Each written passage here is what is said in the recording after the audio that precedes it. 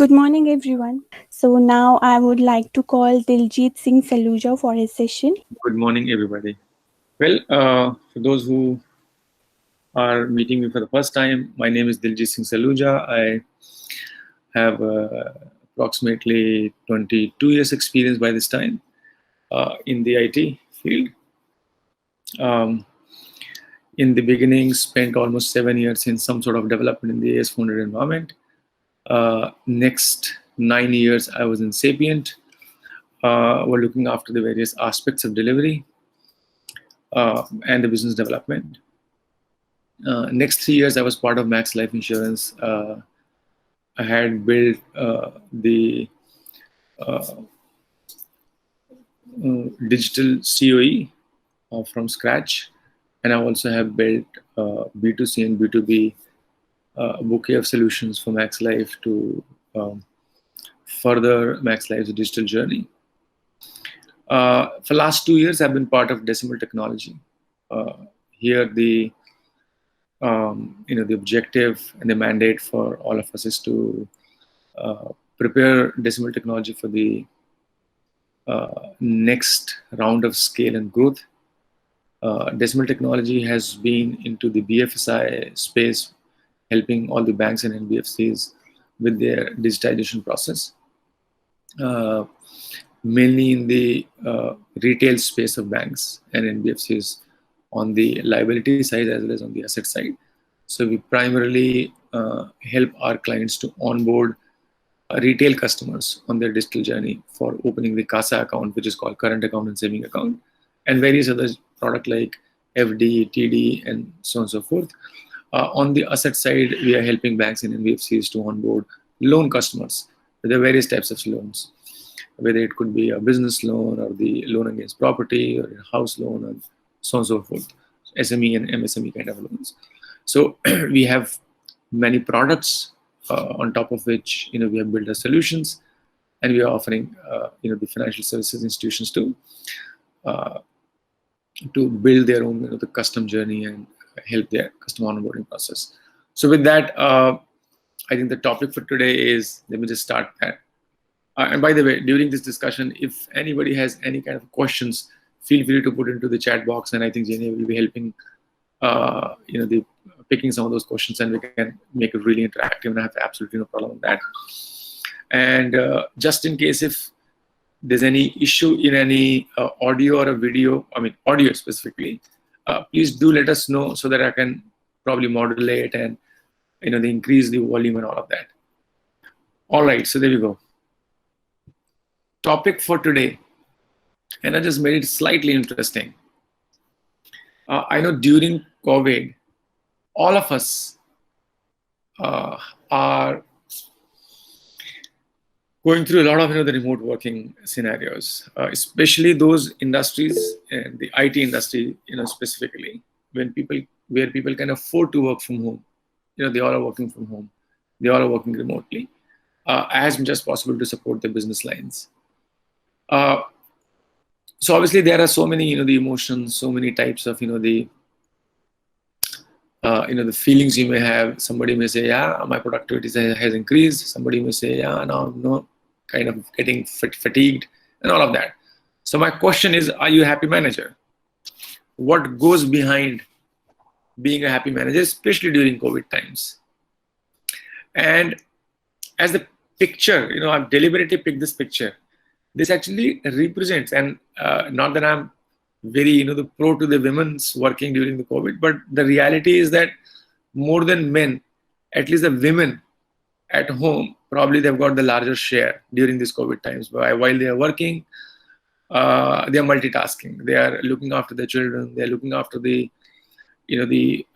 most of the house chores, whether it's a cooking or so many other stuff. So obviously for them, it's a huge challenge. But are they happy, or are they able to manage that? So it's kind of a thought-provoking statement, and I wanted people to reflect on it.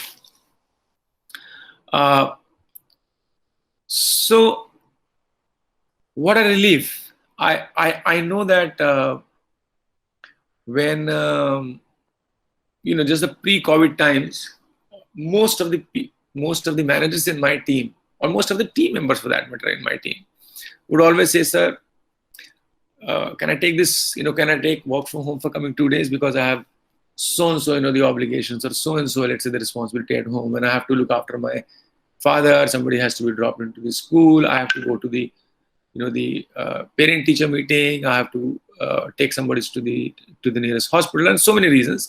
And because of very, very important thing at home, sorry, in the office, I'm not able to exercise the work from home. So the moment this work from home option got opened up forcibly during COVID times, the first statement which I heard from most of the people, what a relief. God, we have been wishing for it and we have been like longing for it for a long time. And there it is. So obviously there are certain things which people, enjoyed, and I'm sure that they are still enjoying. The first thing is the natural advantage of working from home is that you don't have to travel.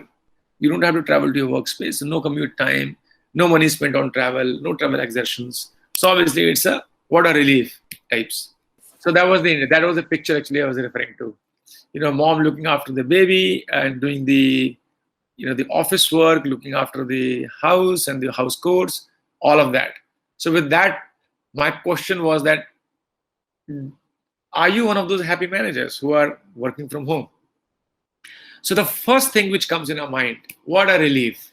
So the first relief point, which I think most of us can very easily relate to, especially those people, let's say, I'm talking about the NCR now, those who are commuting from Noida to Gurgaon, or Gurgaon to Noida, or from Delhi to Noida.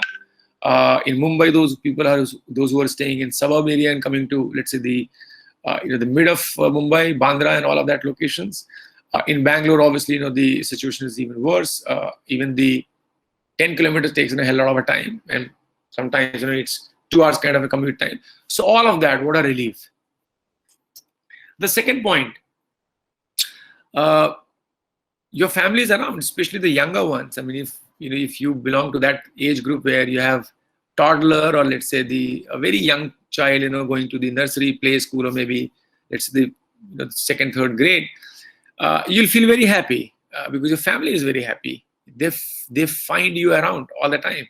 And like one of those, the things I was discussing, that if your children are going to school, or maybe certain extracurricular activities, so no pick and drop anymore because everybody is at home now. Another thing which I have noticed, what a relief, especially for those kind of the organization where the culture is slightly, let's say, the manager either walking around the team or overshadowing them, or just observing them most of the times, how is their team spending their time, and how are they overall engaged. So at least sometimes you may have a feeling that your manager is overshadowing you, kind of micromanaging you. So obviously you may be feeling a little relaxed now. And the most important thing, I think the feeling which each one of us have when we are working from home, or at least have the option of exercising work from home, is that I have the complete control on my time. I know what I have to do. I know how I have to do. I know what time I have to reach out to the people. Of course, 1 or 2 calendar, the huddle time and all of that is aside. But rest all the times I can control my own time. I think these are some of those things which very naturally comes to all of us when we are working from home. And that's why those people, especially pre-COVID times, were not having this feeling that my organization does not allow me to work from home. Suddenly they would have gotten into this zone that, oh God, COVID or no COVID, but at least what a relief now. But obviously nothing comes for free. So work from home comes with certain challenges. So what are the challenges? First thing is the calendar overlapping. And now this is coming, all those 5 or 6 points which I'm going to lay down now are completely from my own experience and the way I see myself and my team responding to work from home. So because everybody is working and nobody is having the visibility of their calendar, or nobody is so conscious of their client's calendar. So typically the calendar will keep coming, and sometimes during the day you'll find some calendars are overlapping with each other, conflicting calendars. How do you solve that is a different thing, but there's a lot of conflict in the calendar itself. Those people, especially for a manager, those who have been working with their team, let's say a team of 20, team of 25, and you have certain deliveries, certain timeline to meet. When all of you are sitting in a Bay Area, you always have the kind of easy access to go to them, have a discussion, coordinate with them, make their dependencies resolved, and all of that is very easy. Whereas now everything has to be planned. Everything to a certain extent has to be documented. The three people, those who have the documented, the dependencies on each other, somebody or a manager has to take the extra effort to ensure that they coordinate with each other. So all that, the huge coordination effort. One of the very important thing I realized that the day has become so transactional, very, very transactional. So I have something, I'll give a call to somebody, or I'll ping somebody. Somebody will come to Google Meet. Somebody will come to, let's say, some sort of the video call. All of that will keep happening, and just because there's a hell lot of work, hell lot of a calendar, hell lot of a coordination. So you're always restricting yourself to the transactions, the business transaction or the work transaction related discussions. What does that miss through the day is that a very small 5 minutes of an emotional chat or the emotional connect. Let's say when I'm in the office, usually when I used to be in the office, I would simply walk by my manager and I'll say, hey, so what's up? How's everything? Last time you told that your father was not busy. How is he doing now? Okay, let's just come to the cafe. Let's just go to the cafe together and have a cup of tea.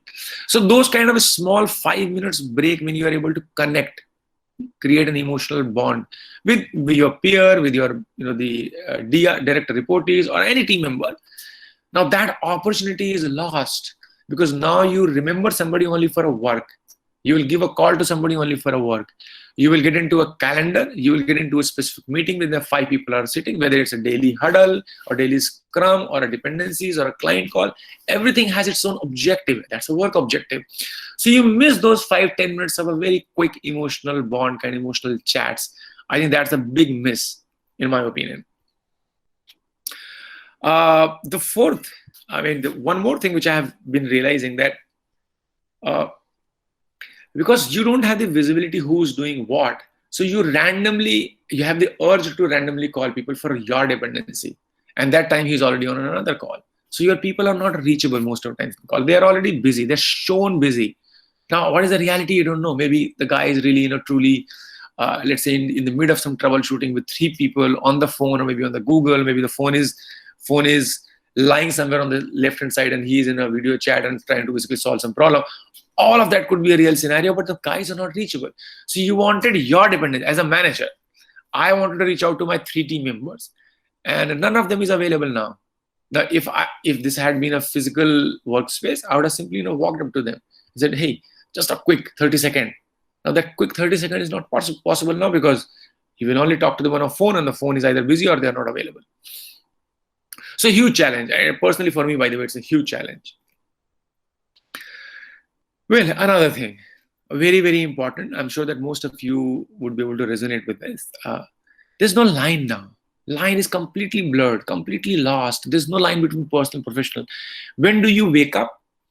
And especially for a woman, if I have to take their example, because I see my wife as well, operating almost the same model, that you wake up and you, let's say, morning course, and then get into the the laptop, start some meetings, whatever, and then suddenly you realize, oh, you may have to go to the kitchen and do, let's say, maybe 5 minutes kind of stuff, or maybe you have to go to your children, maybe the small ones, take care of them, maybe wake them up and ask them to do their stuff, and then come back and then start your work. Maybe for us, for us, let's say, especially for the male members in the home, let's say your father has been asking, your mother has been asking for some help. You go and help them out, come back, join the work, get on to another meeting in the calendar, finish the meeting, go for a lunch, once again start your meeting, spend some time with family. So all of that is completely overlapped with each other. There's no line. Now, on one hand, it definitely gives a flexibility of taking care of certain things alongside. On the other hand, it creates a huge, the stretch of the day, because a day is not work day. There's no definition of a work day anymore. It starts with a day, whether your work will start 9 o'clock or 9:30, or whether your work will start 10 o'clock, whether your work will end at 7 o'clock, or whether your work will 9 o'clock. Nobody knows. So there's no line at all. And hence, the day does not end, in my opinion. it doesn't end. I mean, at least if I have to speak about myself, I think my day starts somewhere around 9 o'clock or so, and sometime it goes up to 9 o'clock in the evening. Sometime even around 9 o'clock, when especially when I have the habit of going for a walk. So when I go for a walk, I receive certain calls. So up to 9:30 at 10 o'clock. By the time I come back after my walk, I'm always on some or the other important urgent calls. So which means your day has got stretched to sometimes 12 hours, 13 hours, and you don't know, maybe on Saturdays. So obviously, now that's one aspect. The other big challenge all of us are facing is so much of a screen time.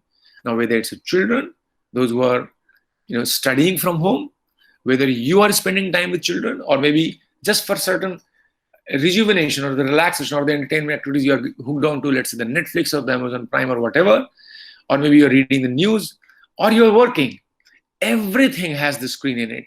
So you're spending so much of a time on screen, and that gets into the mental fatigue. So net, what a relief from the work from home is definitely causing lot many other challenges while you're working from home or while you're working remotely. So it's a catch-22 situation. What do you want to do? What do you want to do now? How do you want to solve? Now, this is a forcible work from home. Even if you want to go back to your office, there are certain norms your company has to take care of. There are certain, the level of advisories, government advisories they have to actually adhere to. So most of the companies, even if they want to basically start from, the regular work kind of, the regular work from their physical space or office space, it's not that easy. Most of the team have gone to their hometowns. They're working from home. Now, even if you want to start, let's say, coming to the office from tomorrow, it's not so easy. Maybe it will take a month's time, 1 month or 2 months' time. Maybe, there'll be a stepped, the kind of unlock kind of in a situation when people will come, let's say 20% people will come now, maybe a little more later and all of that. So all of those things will keep happening. So which means we may have to somehow live with this situation. So if you have to live with this situation, how do we make it effective? So what can help us? So my first recommendation is plan your day ahead of your time. At least I have a habit of at least planning a day at least 2 to 3 days in advance. And those who can probably plan in a week's time, great. Those who can't actually plan for a week is fine, but at least 1 day ahead, so that tomorrow how your calendar is going to look like. Is it going to be crazy or is it going to be really normal? And then after that, keep accepting, declining based on the priority of the meeting. The next one, always anticipate there will be certain ad hoc, random calls, some important ones where you may be required as a manager to resolve the dependencies. So don't plan your calendar for 8 hours or 10 hours back to back. No, that's not a good idea. Plan some buffers in between, certain ad hoc time for certain team coordination.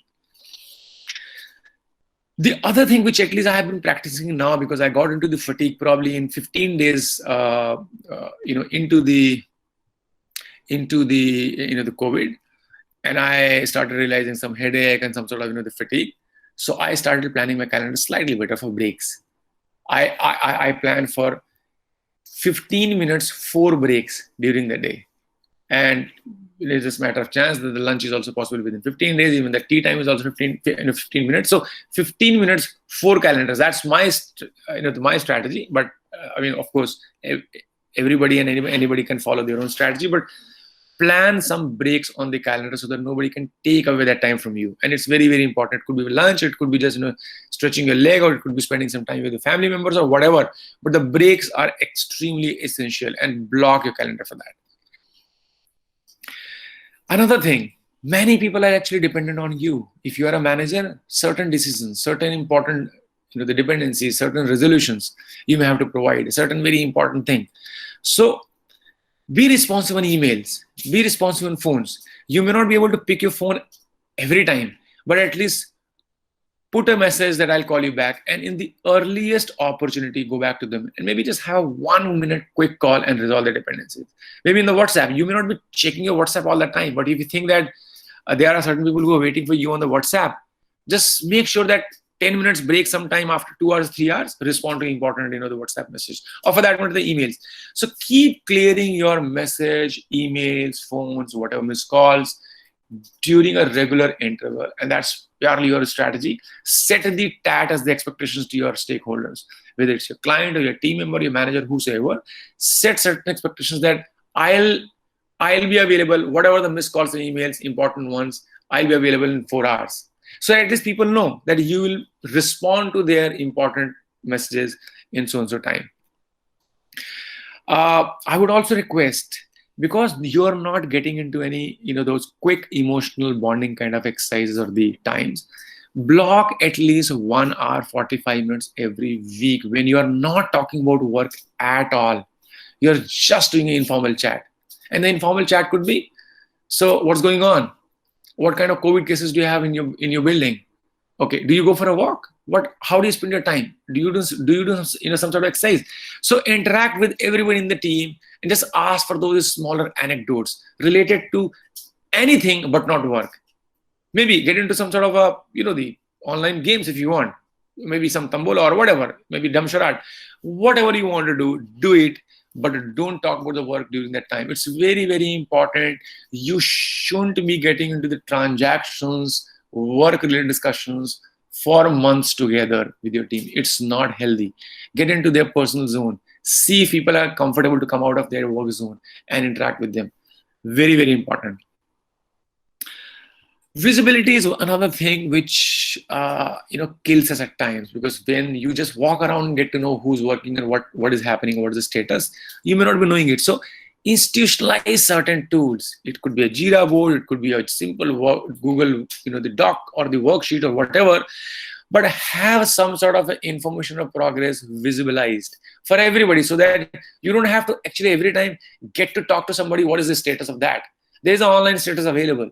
So have some sort of collaboration tool implemented wherever, whatever is happening. I'm not recommending a tool here, but all I'm saying is that have something very, very, any collaborative tool, important, share your status and let others, status also be shared in the same place, so that there's a visibility in what your team and what you guys are doing. More importantly, now, this is the most important, and I wanted to emphasize on that. Lead by example. Everything, whatever I have said from point 1 to 6, if you just want your team to adhere to, but you will not, trust me, it will not work. For example, if you want your team to have a daily scrum, you got to basically be disciplined. If you are a manager, let's say if you're a scrum master, if you're not coming to the scrum calls, let's say twice a week because of whatever the reasons, your team is not going to come. So lead by example. If you think that there's a 1 hour of a dependencies calls with a client and client does not come, remind them and say that it's very, very important. This 1 hour is a sacrosanct, because you get to know what we are doing. I get to know what kind of dependencies I need to resolve from you. My team has very better understanding.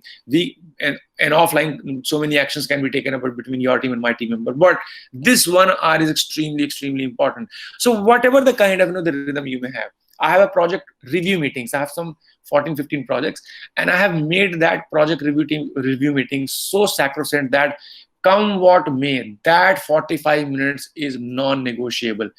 Every day, dot at that point in time, I'll be available. For last 3 months, I have not missed even a single, not even a single meeting. Even if there's no specific review that day, I'll be in that meeting, say hello to everybody, get connected 5 minutes, informal chat, and say, okay, good, great. Not much to discuss today, so let's just drop off and continue with our work. That's great. But don't miss that rhythm, because the moment you miss that rhythm, you're missing that discipline, you're missing that work from home ritual, you're missing that, the overall rigor, and you're not leading by example. Very, very important. All right.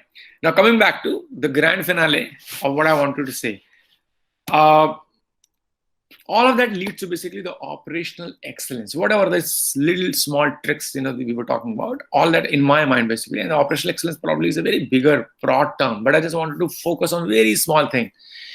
How much operationally efficient we are on a day-to-day basis, how much operationally my team is efficient on a day-to-day basis or a week-to-week basis.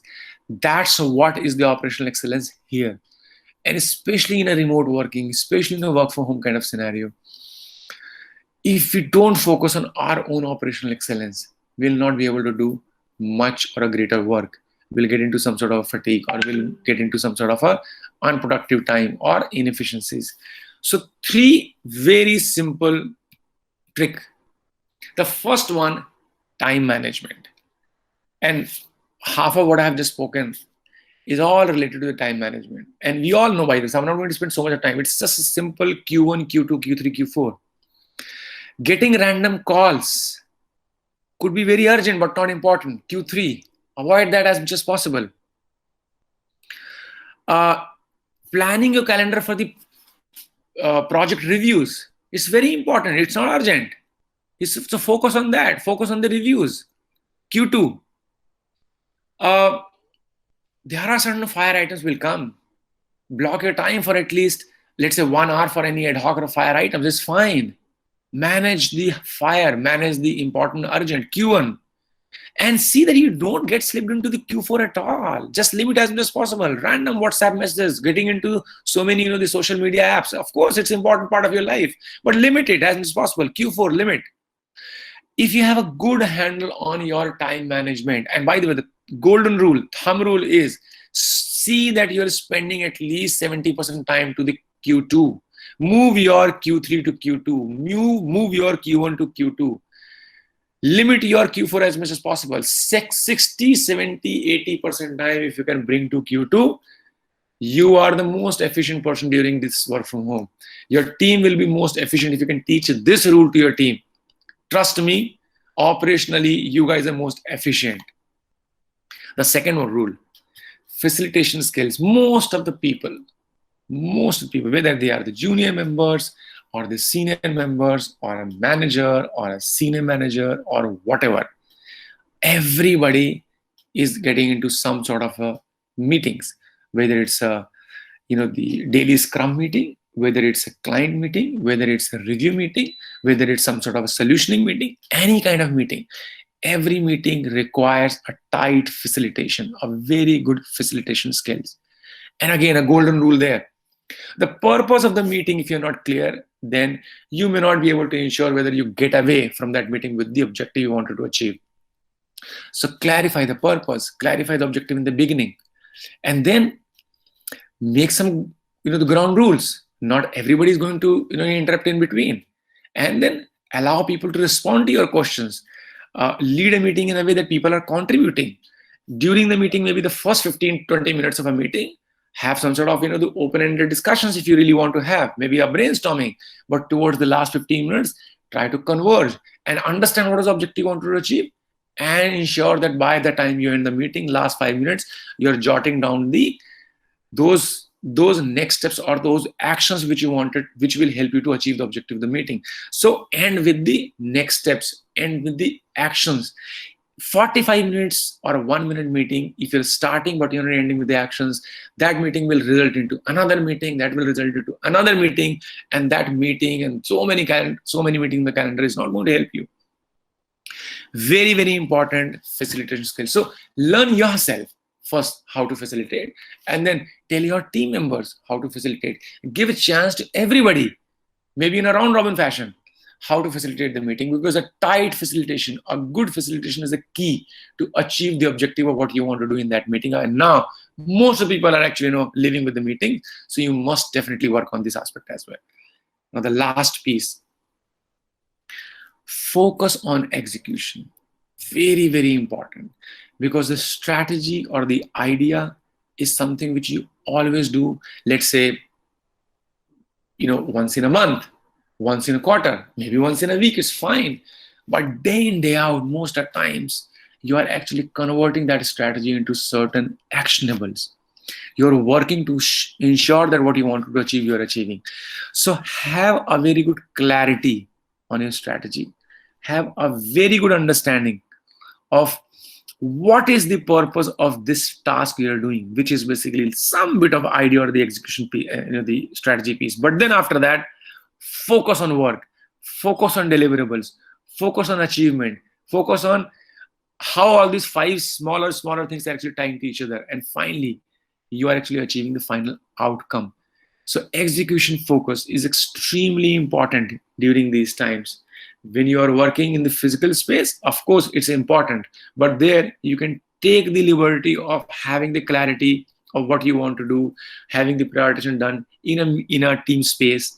But now you don't have the luxury of talking to somebody, nudging somebody, and understanding, hey, by the way, what you're working, was that the important thing, or was that the most important thing, we need to focus as a team. Those kind of small informal chats are not possible. So now it's all the more important for you to have a clarity of whatever you're picking up, and then focusing on the execution.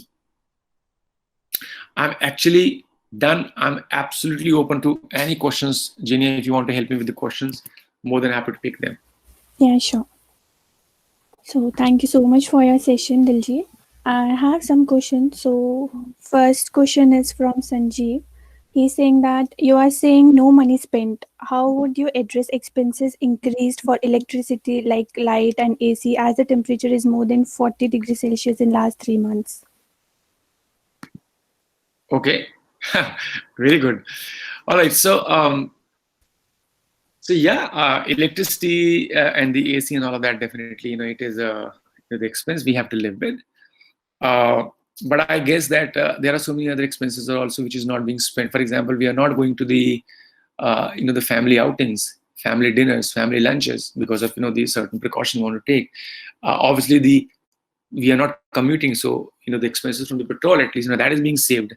Certain the out-of-pocket expenses which are generally happening when you go for let's say kind of common coffee sessions or a dinner sessions, or let's say catch up with your friends, old friends, all of that expenses which was kind of a random, you usually keep, let's say, and I'm not making 10K, 20K, whatever, you keep that on a side.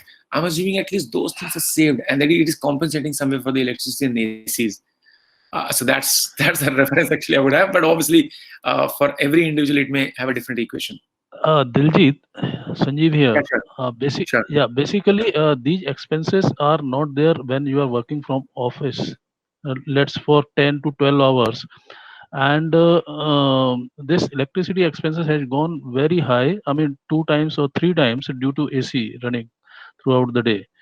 And this, and that's why this question was. And another thing you have made you have the coffee and other things. So while remaining in the in house, you have more eating habits.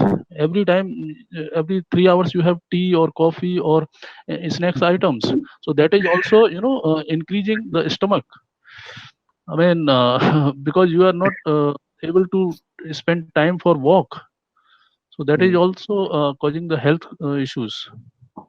So Sanjeev, this is absolutely a personal habit-related question. I can speak for myself at least, and maybe just a small example, and if you really think that it works for you guys as well. Almost in the first 15 days of the COVID, I also had this similar problem. So I completely resonate with you that the random eating habits, and maybe not only the tea and coffee, but also the eating more fruits, eating more snacks, ordering more, outside snacks. All of that was definitely not only increasing expense, but definitely the bad eating habits. After 15 days, I finally realized that it's not working, and I'm probably putting on some weight. So I adopted the IMF, which is intermittent fasting, so 7 hours window. So I now, for last 2.5 months, trust me, like now, since morning I'm not having anything. My first meal starts at 12 o'clock and the last meal is 7 o'clock. And I'm only having twice a day meal. So 2 meals in a day and only 7 hours window. Now it is, I won't actually equate that to the money part, but definitely the health part and the habit part, it is helping me a lot. Something which you can probably exercise, and these kind of habits you can develop, but obviously it is purely an individual choice, purely in the individual's style of how do you form a good habit. So I leave it there on that part. Yes, any other questions, guys? Yes, so next question is from Lalita. So, having the line between work and life blurred, is it good or bad? If bad, any handy tips to recreate that balance? Yeah. So, like I said, it's actually the classic dichotomy. The human psychology always had this kind of feeling. When you have something, you can't enjoy that, but you don't have, you you have a longing for it. So when we have a longing for spending some time with our family members when we are at home, I think it's not a bad idea. It's a good idea. The only way you can solve this problem of blurring the line between the personal and professional life is by bringing some self-discipline, which means block your calendars in a way that you focus, let's say, 3 hours continuously on your work. And then after that, take, let's say, 15 minutes break. When you're having, let's say, you can have a lunch with your family members together. It's a very good, basically, way to break your, let's say, the professional, the monotony, and get into a little bit of a chat with, the family members, and then come back to the work again. But then, in my opinion, discipline is the only way to solve. For example, you start your work at 9. Make sure that you do not accept any meeting after 7:30. Now, by the way, I spoke about myself. When I go for the walk, I pick some calls, but I have set certain expectations to everybody that after 7:30, no calendarized, no Google meeting, no Google Hangout. If at all somebody wants to reach out to me when I'm having a walk, I'm more than happy to basically have a very quick formal/informal meeting when I'm walking, so that at least I'm able to take care of my personal habit, which is walk alongside the conversation. But after 7:30, no calendar. Before 9 o'clock, no calendars. There are instances when people had reached out to Diljeet, your calendar is very busy. 8 o'clock, can we have a call? I said, no, sorry, I'm not available. So you may need to develop certain habits of calling no for certain things. Block certain calendars for yourselves. It could be a lunch, it could be a break time, it could be a simple, let's say the yoga or asana or the exercise, whatever you want to do, or spend time with the family. But block that, adhere to it. And then during that time, no work. That time only the personal work, or maybe the spending time. So it's in your mind space, you need to be disciplined. I think that's the only way you can crack this problem. No other way, because the world does not know how do you want to follow that. The world will always come to you and ask for your 12 hours, 13 hours. How do you want to make that calendar work for you? Is purely your personal choice. We are done with the time, so we cannot take more questions, but we can take offline for sure, remaining questions. Yeah. So thank you, Diljeet. Thank you for your session. Wonderful session by you.